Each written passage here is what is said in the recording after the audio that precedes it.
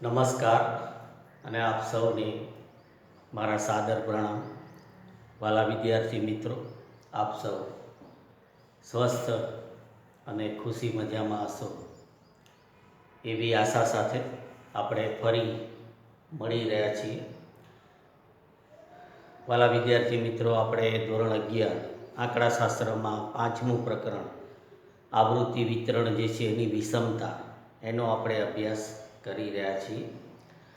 તો એમાં આપણે છેલ્લે વિડીયો જે 12મો વિડીયો હતો તો એમાં મેં તમને સ્વાધ્યાય આપણું જનરલ જે સ્વાધ્યાય છે 5 એમાં વિભાગ સી જે છે એમાં એના ટૂંકા દાખલા આપણે એને સમજ્યા હતા.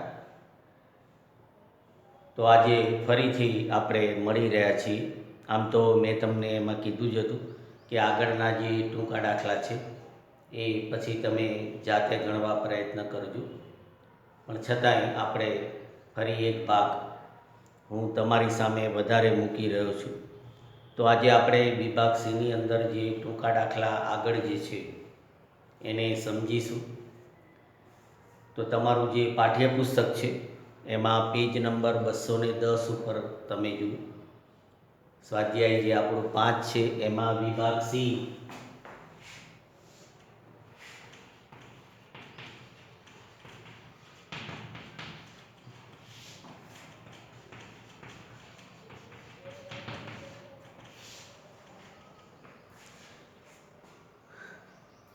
તો તમે જુઓ, છેલ્લે વિડીયોમાં 12મો ભાગ તમે જોયો હશે.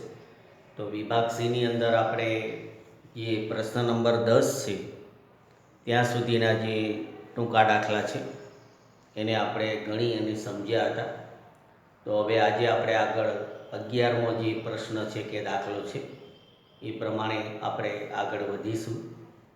શક્ય હોય તો તમારી જે પાકી બુક છે એમાં મારી સાથે તમે દાખલો જે છે ગણી શકો છો, અને જો તમે કદાચ ગણ્યો હોય તો એ રીતે એમાં ગણવાની જે પદ્ધતિ છે એ ખાસ તમે ધ્યાનમાં રાખજો.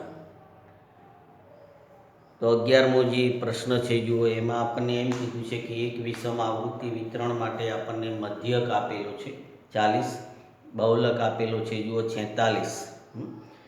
પછી આપણને કીધું છે કે Q3 પ્લસ Q1 એ 76 છે અને Q3 માઇનસ Q1 બરાબર 20 છે. તો આપણને કીધું બાવલી જે છે એનો વિષમતાંક શોધો. 11મો જે પ્રશ્ન છે વિભાગ સીમાં, તો એમાં આપણને બાવલીનો વિષમતાંક ગણવાનું કીધું છે. બાવલીનું, તો બાવલીનું આપણે જે સૂત્ર છે તો એમાં આપણે Q3 plus Q1 minus 2m એટલે કે એમાં મધ્યસ્થ આપણે આવે છે. તો અહીંયા આપણને મધ્યસ્થ જે છે એ આ સીધી રીતે આપેલો નથી. તો આપણે જે મધ્યક અને બહુલક આપણને આપેલો છે તો એના આધારે આપણે કાર્લ પિયર્સનનું જે સૂત્ર છે બહુલકનું આસાદિત સૂત્ર એનો ઉપયોગ આપણે કરીએ તો આપણને મધ્યસ્થ જે છે એની કિંમત એના દ્વારા મળે, અને મધ્યસ્થ મળે પછી આપણે બાવલીનો વિષમતાંક શોધી શકીએ. તો એ રીતે જુઓ, જે મધ્યક આપણને આપેલો છે x બાર બરાબર 40 અને બહુલક આપણને આપેલો છે એમાં જુઓ m બરાબર 46 છે દાખલાની અંદર. પછી આપણને Q3 પ્લસ Q1 જે આપેલું છે જુઓ,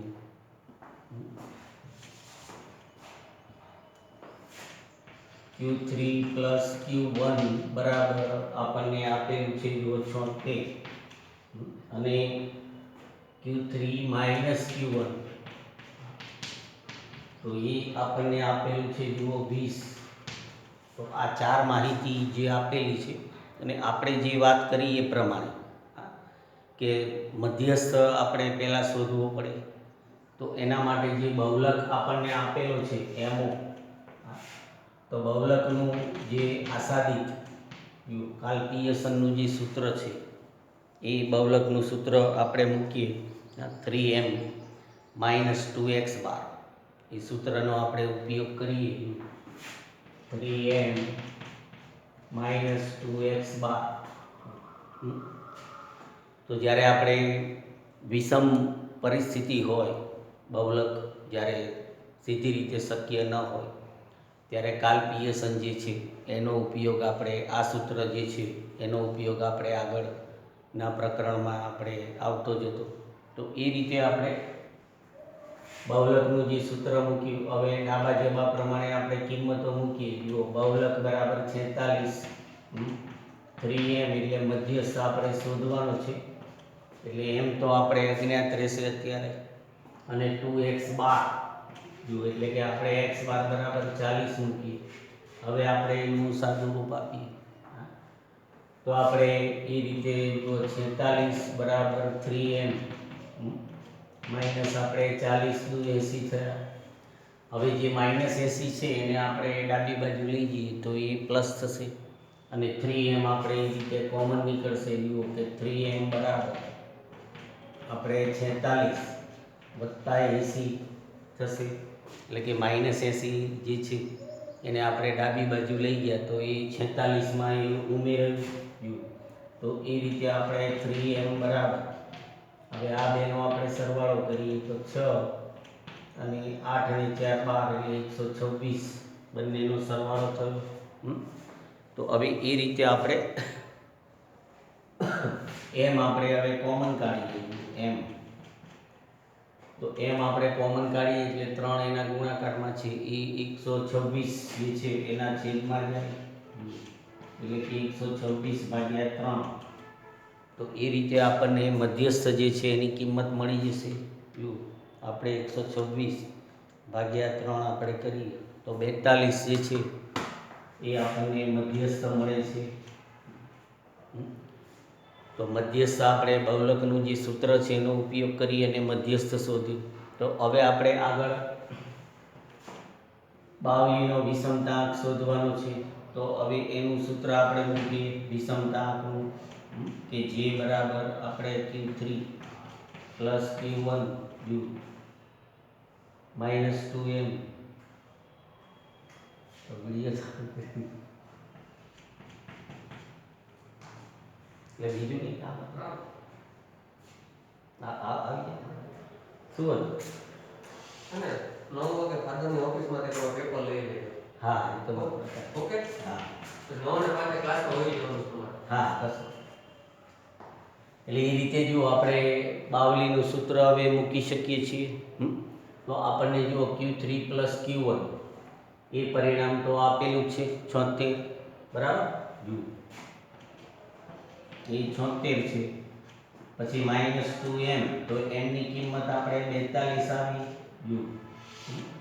પછી Q3 માઇનસ Q1, તો એ પરિણામ પણ આપણને આપેલું છે 20. હવે એનું આપણે સાદું રૂપ આપીએ કે 76 છે, તો એમાંથી 42 ગુણ્યા 2 આપણે બાદ કરીએ એટલે જુઓ 2 દુ 4 અને 4 દુ 8 એટલે 84 બાદ થાય, છેદમાં આવશે 20. તો હવે 76 માં માઇનસ 84 એટલે આગળ નાની સંખ્યા છે એટલે આપણે આપણો જવાબ જુઓ ઋણ આવશે, બરાબર. એટલે આપણો જવાબ ઋણ આવશે 6 ને 8 14, એટલે 8 આવશે, એટલે 8/20.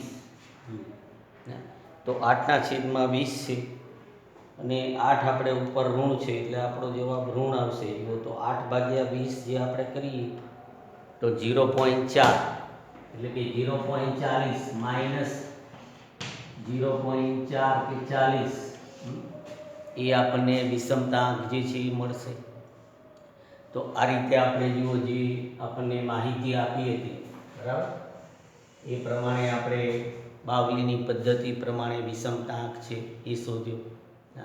તો એ રીતે આપણે જુઓ 11મો જે દાખલો છે આમાં એને આપણે સમજ્યા. પછી 12મો પ્રશ્ન આપણે થિયરીનો છે. એમાં આપણને એમ કીધું કે બાવલીની પદ્ધતિથી મેળવેલો વિષમતાંક જે છે એ કાલ પિયર્સનની પદ્ધતિ એ મેળવતા બરાબર મેળવેલા વિષમતા આંકથી વધુ વિશ્વસનીય નથી. તે વિધાન સમજાવો. એટલે આપણે જે વિષમતા આંક મેળવવાની જુઓ બે પદ્ધતિઓ જે છે, બાવલીની પદ્ધતિ અને કાર્લ પિયર્સનની પદ્ધતિ. હા, તો કાર્લ પિયર્સન જે છે એણે વિષમતા આંકની રચના જે છે એના બરાબર ગણતરીના આધારો જે છે એ આપણે મધ્યક, મધ્યસ્થ, બહુલક અને પ્રમાણિત વિચલો આ બધા માપનો એણે ઉપયોગ કર્યો છે. અને આ બધા માપ કેવા છે કે આપણે મધ્યક છે, મધ્યસ્થ છે એ આપણે મધ્યવર્તી સ્થિતિના શ્રેષ્ઠ માપ ગણાય છે. પછી પ્રમાણિત વિચલન જે છે તો એ પ્રસારનું શ્રેષ્ઠ માપ ગણાય છે.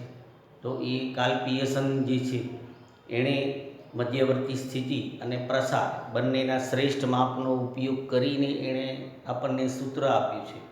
એટલે એ વધારે વિશ્વસનીય ગણાય છે કાર્લ પિયર્સનની પદ્ધતિ. જ્યારે બાવલી જે છે એણે ચતુર્થકોને આધારે વિષમતા આંકની રચના કરી છે.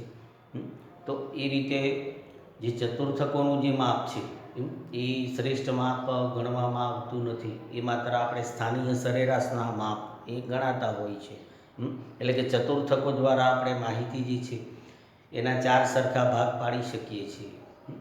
તો આ રીતે જે કાર્લ પિયર્સન જે છે એણે જે વિષમતા આંકની રચના કરી છે એમાં એણે આદર્શ બધા જે માપ છે એનો ઉપયોગ કર્યો છે.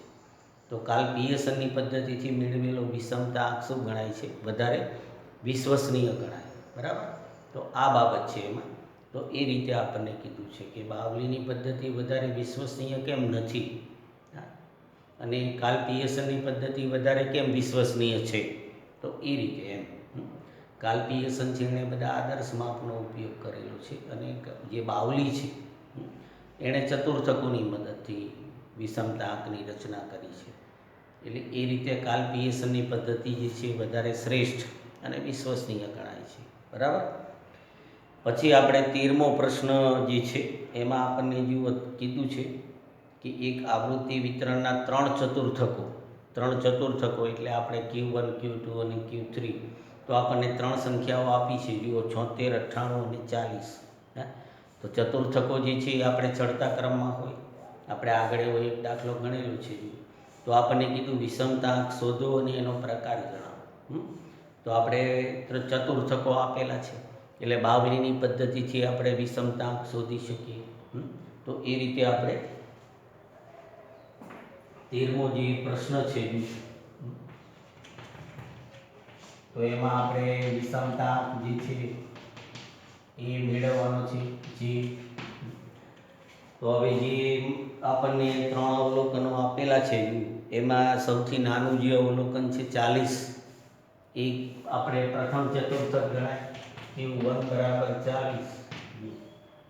પછી આપણે એના પછી આપણે ક્રમમાં આવી ગયો 76 એટલે કે Q2 એટલે કે M. બરાબર. બીજો ચતુર્થક એટલે એને મધ્યસ્થ કહેવાય. તો એ રીતે મધ્યસ્થ જે છે એ આપણે 76 થશે. અને Q3 તો ત્રીજો ચતુર્થક છે એ આપણે 98. ત્રીજો ચતુર્થક 98 થશે. તો આ રીતે આપણે 3 જે ચતુર્થકો આપણને આપેલા છે એ બતાવ્યા આપણે. તો હવે આપણે બાવલીનું સૂત્ર મૂકીએ. Q3 + Q1 - 2M અને છેદમાં આપણે Q3 - Q1. તો આ બાવલીનું આપણે સૂત્ર મૂક્યું. હવે સૂત્ર પ્રમાણે આપણે કિંમતો મૂકીએ. જુઓ કે Q3 આપણે છે 98 વત્તા Q1 એટલે કે 40 -2M. M બરાબર આપણે 76 છે અને છેદમાં આપણે 98 માઇનસ આવશે 40. તો પહેલા આપણે 98 અને 40 છે એનો સરવાળો કરીએ. જો 8, 9 અને 4 13 એટલે 138 માઇનસ પછી 76 ગુણ્યા 2 આપણે કરીએ એટલે 6 દુ 12. 1 વધે અને 7 દુ 14 અને 1 15 એટલે 76 ગુણ્યા 2 એટલે એ આપણે 152 થશે અને છેદમાં આપણે 98 માઇનસ 40 કરીએ એટલે 8 ના 8 બરાબર અને 4 અને 5 9 એટલે કે 58. હવે આપણે 138 છે એમાંથી 152 જાય તો ઋણ જવાબ આવશે. હા, તો ઋણ જવાબ જે આવે છે એ 8 ને 4 12, બરાબર, 13 ને 14 ને 15 એટલે -14/58. તો આપણે 14/58 કરીએ. 14 જે છે /58 આપણે કરીએ તો -0.24 આપણો જવાબ આવશે ઋણ. તો આપણે ઋણ જવાબ આવે છે એટલે ઋણ વિષમતા કહેવાય, વિષમતાનો પ્રકાર. તો અહીંયા આપણે જવાબમાં એ લખી દેવાનું કે ઋણ વિષમતા ગણાશે. તો આ રીતે આપણે જુઓ 13મો જે દાખલો છે એને આપણે એ રીતે ગણીએ.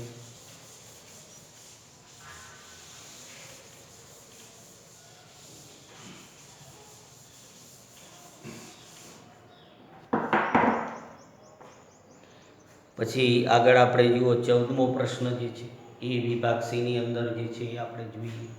તો એમાં આપણને કીધું કે કોઈ એક આવૃત્તિ વિતરણનો જુઓ વિષમતા આંક જે છે એ 0.85 છે અને એનો મધ્યક જે છે એ બહુલકથી 3.4 જેટલો વધારે હોય તો આપણને કીધું કે એનું વિચરણ જે છે એ શોધો. વિચરણ એટલે શું કહેવાય? આપણે એસનો વર્ગ, પ્રમાણિત વિચલન હોય એનો આપણે વર્ગ કરીએ તો વિચરણ આપણને મળે. એટલે એવો દાખલા નંબર જે 14 છે તો એમાં આપણે વિચરણ શોધવાનું છે એટલે કે એસનો વર્ગ. વિચરણ એટલે એસનો વર્ગ થશે. તો એ રીતે આપણે જે આપણને માહિતી આપી છે જુઓ વિષમતા આપણને આપેલો છે જે બરાબર 0.85 આપણને આપેલું છે અને પછી આપણને કીધું કે એનો મધ્યક જે છે એ બહુલકથી 3.4 જેટલો વધારે છે. તો એને આપણે એક સમીકરણના રૂપમાં બતાવીએ કે મધ્યકની જે કિંમત છે એ બહુલકથી 3.4 જેટલી વધારે છે એટલે બહુલકમાં આપણે 3.4 ઉમેરી તો એના બરાબર મધ્યકની કિંમત થાય છે. એટલે એનું સમીકરણ આપણે આ રીતે બને x બાર બરાબર mo વત્તા 3.4 જે છે. તો એ રીતે આપણે 3.4 જેટલો વધારે છે તો હવે આપણને કીધું કે એનું વિચરણ જે છે બરાબર એ શોધો. તો હવે આપણે જે પરિણામ આપણને આપેલું છે આ એક સમીકરણ, તો આપણે વિચરણ શોધવાનું છે તો એના માટે આપણે પહેલાં એસ શોધવો પડે. તો એસ શોધવા માટે આપણે જે વિષમતાંકનું કાલ્પનિયસનનું આપણે બહુલકવાળું જે સૂત્ર છે x બાર માઇનસ એમ, તો એનો આપણે ઉપયોગ કરીએ. તો એ રીતે આ એમઓ અહીંયા છે તો એને આપણે આ બાજુ લઈ જઈએ તો એની નિશાની બદલાઈ જાય, માઇનસ થઈ જાય. તો એ રીતે આપણે એ પરિણામ જુઓ એમઓ આપણે આ બાજુ લઈ જઈએ તો x બાર માઇનસ એમઓ બરાબર 3.4 થઈ જાય. બરાબર. તો એમઓ જે છે એને આપણે બહુલકને આ બાજુ લઈ ગયા તો આ રીતે આપણને સમીકરણ મળી ગયું. એટલે જે કાલ્પનિયસનનું આપણું જે સૂત્ર છે વિષમતાંકનું, એમાં આપણે સૂત્ર આપણું x બાર માઇનસ એમઓ ભાગ્યા એસ છે. તો એમાં એસ પછી આપણને કોમન મળી જાય કારણ કે વિષમતાંક તો આપેલો જ છે. એટલે હવે આપણે વિષમતાંકનું સૂત્ર મૂકીએ. તો વિષમતાંકનું આપણે સૂત્ર આ રીતે મૂકીએ. બરાબર. જે કાલ્પનિયસનનું બહુલકવાળું જે સૂત્ર છે તો એ આપણે મૂક્યું. હવે એમાં ડાબા જબા પ્રમાણે આપણે કિંમતો મૂકીએ તો એસ આપણને કોમન મળી જશે એમાં. એટલે આપણે 0.85 x બાર માઇનસ એમઓ જે છે એ આપણે 3.4 અને ભાગ્યા એસ. તો હવે આપણે એસ કોમન કાઢીએ તો એસનો આની સાથે ગુણાકારનો સંબંધ થાય. 0.85 ગુણ્યા એસ બરાબર 3.4. તો હવે આપણે એસનો ગુણાકારમાં બરાબર સંબંધ થયો એ પ્રમાણે હવે આપણે આગળનું એસ આની સાથે ગુણાકારમાં છે તો આને આપણે આ બાજુ લઈ જઈએ તો એ છેદમાં આવે. 3.4 ભાગ્યા 0.85 એટલે આપણને પ્રમાણિત વિચલન જે છે એની કિંમત આપણને એ રીતે મળશે. તો એસ બરાબર આપણે મેળવીએ જુઓ કે 3.4 ભાગ્યા 0.85. તો એ કિંમત આપણને એસ બરાબર 4 મળે છે. 4 મળે. તો હવે આપણે વિચરણ શોધવાનું છે. વિચરણ એટલે કે એસનો વર્ગ, જે પ્રમાણિત વિચલન જે છે એનો આપણે વર્ગ કરીએ એટલે વિચરણ આવી જાય. જેમ આપણે વિચરણ ઉપરથી પ્રમાણિત વિચલન, જે વિચરણ છે એનું આપણે ઘન વર્ગમૂળ કરીએ તો પ્રમાણિત વિચલન મળે છે. એમ પ્રમાણિત વિચલન છે એનો વર્ગ કરી તો આપણને વિચરણ એટલે જુઓ 4નો વર્ગ એટલે વિચરણ આપણે કેટલું થશે? 16. બરાબર. તો આ રીતે આપણે જે સમીકરણ આપણને આપ્યું હતું એના આધારે આપણે જે બહુલકની કિંમત છે એને આપણે ડાબી બાજુ લઈ ગયા અને પછી એને સૂત્રમાં એ કિંમત આપણે મૂકી તો પ્રમાણિત વિચલન આપણને એ રીતે મળ્યું અને એના આધારે આપણે વિચરણ જે છે એ આપણે મેળવી શક્યા. પછી આપણે આગળ એમાં 15મો દાખલો છે જુઓ વિભાગ C ની અંદર. તો એમાં આપણને કીધું છે કે કોઈ એક આવૃત્તિ વિતરણમાં જુઓ x બાર બરાબર પ્લસ m બરાબર 42 અરે 82 છે અને x બાર બરાબર જો 44 હોય અને s બરાબર 12 હોય તો વિષમતા આંક શોધો. તો એ પણ આપણે સમજી શકીએ. x બારની કિંમત તો આપેલી છે અને આપણને વિષમતા આંક શોધવાનું કીધું. વિષમતા આંક તો આપણને પહેલું આપ્યું છે જુઓ x બાર પ્લસ m બરાબર 82.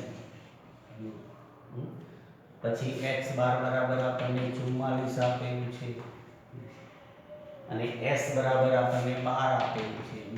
પ્રમાણિત વિચલન 12 આપેલું છે. તો આપણે આ જે આપ્યું છે એમાં આપણે x બારની કિંમત મૂકીએ તો આપણને એમોની કિંમત મળી જાય. બરાબર. અને પછી સીધું સૂત્ર આપણે મૂકવાનું છે x બાર બરાબર 44 છે. તો આ જે સમીકરણ આપણને આપેલું છે તો એમાં આપણે x બાર બરાબર 44 બરાબર એમાં મૂકીએ જો કે x બાર બરાબર 44 લેતા તો 44 વત્તા એમો બરાબર 82 થાય. હવે આપણે એમો જે છે બહુલક તો એને આપણે કોમન કાઢીએ તો 44 આ બાજુ પ્લસ એ આ બાજુ જાય તો માઇનસ થશે એટલે જુઓ 82 માઇનસ 44 તો એમો બરાબર આપણને કિંમત મળશે જુઓ 4 અને 8 12 4 ને 5 ને 3 8 એટલે 38 આપણને બહુલકની કિંમત મળી ગઈ. તો હવે વિષમતા આંક આપણે શોધવાનો છે તો એનું સૂત્ર આપણે મૂકીએ કે વિષમતા આંક જે બરાબર x બાર માઇનસ m ભાગ્યા s. તો x બાર બરાબર આપણે 44 છે, m બરાબર 38 છે અને s બરાબર આપણને 12 આપેલું છે. તો એ રીતે આપણે સાદું રૂપ આપીએ તો 44 એમાંથી 38 જાય એટલે એ આપણે 6 બચશે. તો જુઓ 6 ભાગ્યા 12 આપણે કરીએ એટલે 0.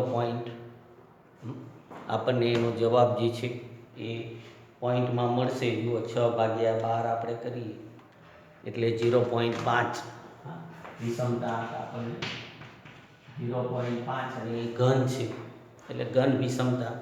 તો વિભાગ C જે છે તો એના દાખલા જે છે એ આપણે ગણ્યા.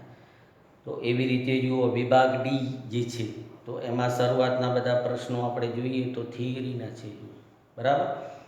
કાલ્પિયસનનો વિષમતા આંક શોધવાની રીત, પછી વિષમતા આંક શોધવાની બાવલીની રીત. તો આ બધી રીતોથી હવે આપણે પરિચિત છીએ. બીજા અમુક એવા પ્રશ્નો છે કે કાલ્પિયસનનું સૂત્ર જે છે બહુલક જે જ્યારે કાલ્પિયસન એ ઉપયોગી કયા સંજોગોમાં આપણે વિષમતા આંક શોધી શકીએ એટલે જે મધ્યસ્થવાળું સૂત્ર આપ્યું છે એનો ઉપયોગ જ્યારે બહુલક અશક્ય હોય ત્યારે આપણે એ સૂત્ર જે છે એનો ઉપયોગ આપણે કરીએ છીએ. પછી આપણને ઘન વિષમતા અને ઋણ વિષમતાનો તફાવત જે છે એ આકૃતિ સાથે આપણે સમજાવો તો એ પણ આપણે સમજ્યા જ છીએ. પછી જુઓ ખાસ એક પાંચમો જે દાખલો છે એમાં આપણને જુદા જુદા બે સમૂહ જે છે ને અને એમાં કીધું છે કે કઈ સમષ્ટિ સંમિતતાથી વધુ નજીક છે. જે આપણે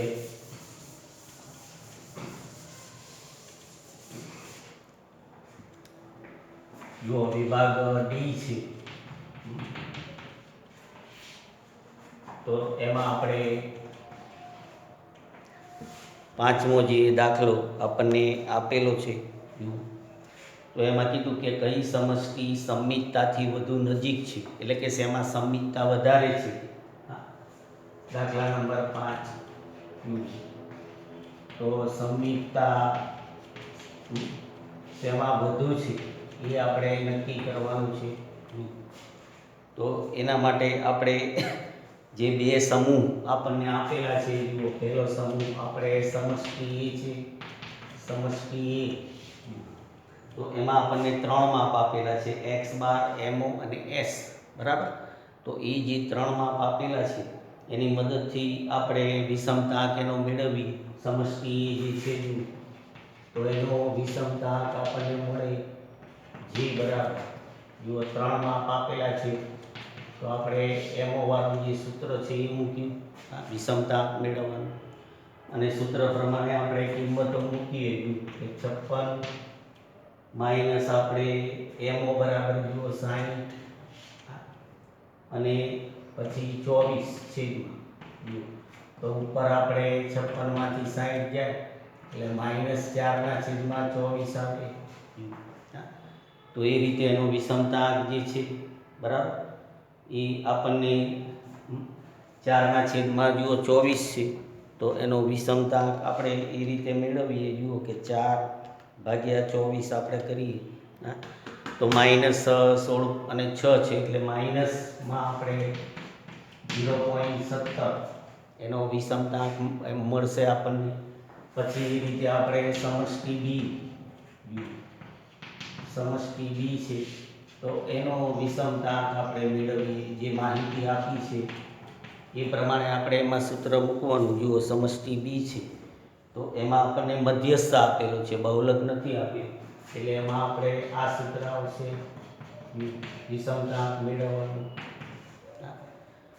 તો આ જે સૂત્ર છે એ પ્રમાણે આપણે એમાં કિંમતો જે મૂકીએ તો 3 × 56 માઇનસ મધ્યસ્થ એમાં છે જુઓ 60 અને પ્રમાણિત વિચલન છે જુઓ 30. હવે એનું આપણે સાદું રૂપ આપીએ તો 56 માંથી 60 જાય એટલે એ આપણે -4 આવે છે અને છેદમાં 30 એટલે કે -12/30 એમ આપણે થયું. તો હવે આપણે એનો ભાગાકાર કરીએ કે 12/30 આપણે કરીએ તો એ રીતે આપણને એનો વિષમતાંક જે છે એ 56 જે માપ આપણે લખ્યા છે જુઓ બરાબર ને, તો એનો વિષમતાંક જે છે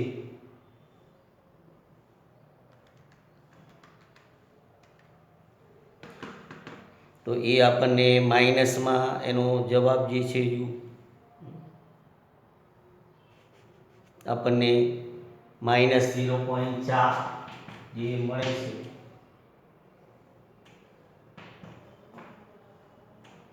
-0.14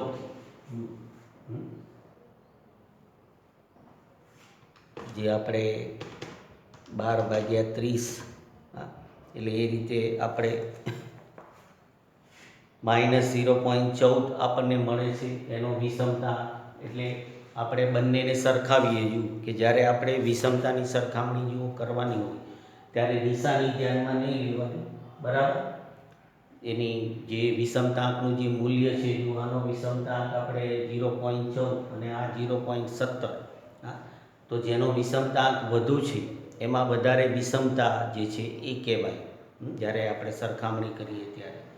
એટલે જે સમષ્ટિ આપણે બી છે તો એનો જે વિષમતાંક જે છે એ ઓછો છે. તો એમાં વિષમતા ઓછી છે એટલે કે એમાં સંમિતતા શું થઈ વધુ. તો એ રીતે આપણે એનું અર્થઘટન જે છે એ આપણે કરી શકીએ. જુઓ, સંમિતતા જે છે તો જે આપણે કિંમત નાની હોય, બરાબર, આપણે માઇનસમાં છે, સોરી, એટલે આપણે -17 જે છે એ કિંમત 0.17 જે છે એ કિંમત આપણે નાની કહેવાય, બરાબર. અને 0.14 છે એ 0ની વધારે નજીક હોય તો 0.17 જે છે એ કિંમત આપણે નાની છે. તો એ રીતે આપણે સંમિતતા એમાં જે છે, બરાબર, એ વધુ છે એમ કહેવાય. જો વિષમતાની રીતે આપણે જોવું હોય તો, બરાબર ને, તો જે મૂલ્ય છે એ પ્રમાણે આપણે આમાં સંમિતતા જે છે, બરાબર, આપણે બતાવવાની છે.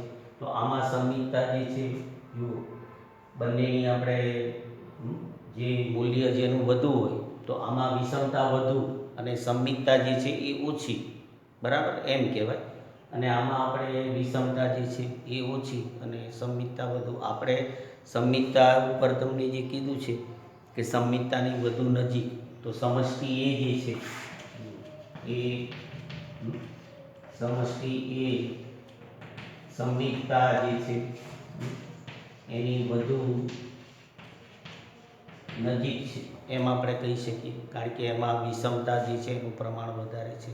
તો એ રીતે આપણે જ્યારે બે સમૂહ હોય ત્યારે એનો જે વિષમતાંક મળે એના મૂલ્યને આધારે આપણે વિષમતા, એટલે કે જેનો વિષમતાંક જે બરાબર વધારે હોય, જેનો વિષમતાંક, તો એમાં વિષમતા વધુ કહેવાય. એમાં આપણે નિશાની જે છે, કારણ કે આપણે સરખામણી કરવા માટે જે માઇનસ પ્લસની નિશાની હોય એની આપણે અવગણના કરવી પડે, બરાબર. તો આજે આપણે એક વધારાના વિડીયો તરીકે જુઓ, અમુક જે મેં તમને દાખલા સમજાવ્યા છે, તો વિભાગ ડીની અંદર જે બીજા એવા દાખલા આગળ નાના હોય એ તમે સમજી અને હોમવર્કની અંદર એ બધા દાખલા ગણજો વિભાગ ડીના. અને પછી તો આપણે આગળ વિભાગ ઈ અને એ બધા મોટા દાખલા છે જે આપણે આગળ ગણ્યા છે, બરાબર. તો આ રીતે આપણે આગળના જે દાખલા છે વિભાગ ડી અને ઈ અને એફના જે મોટા દાખલા છે તો એ તમે હોમવર્કમાં ચોક્કસ તમે ગણજો, બરાબર.